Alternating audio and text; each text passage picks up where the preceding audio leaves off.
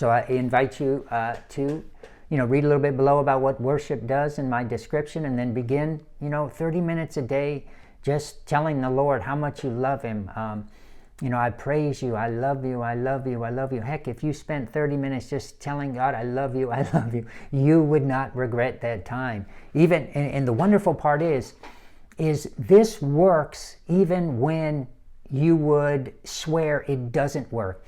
In other words, you can focus on Jesus and praise him even though it is just as dry as cracker juice. I mean boring. I mean just tough to make the words. You're like, gosh, I'm being so foolish doing this, saying worship terms to him over and over. Surely he's not enjoying this. He's not receiving this. But look, even though it's boring and feels dry, even if you don't feel him, the amazing part is that means that doesn't change anything. It's still absolutely working.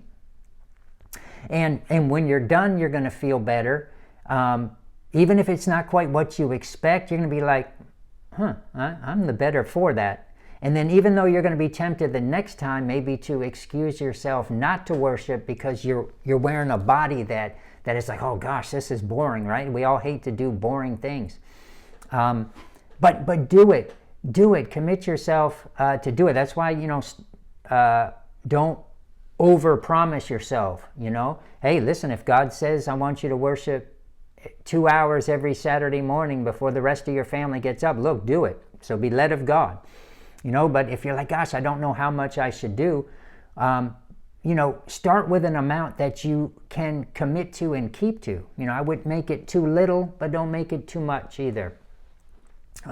But you keep doing it, even though it's boring, even if it is boring to you, that it just still works the same. It's almost like God doesn't even pay attention to the fact of whether you're feeling anything. So it's weird. You still come out the better for it. And I hate to use the word you'll feel it, because you will, but it's feeling something beyond feeling. And listen, there is feelings, there is presence, there is peace, but it's beyond our expectations. So it's always worth it. So I invite you to do that.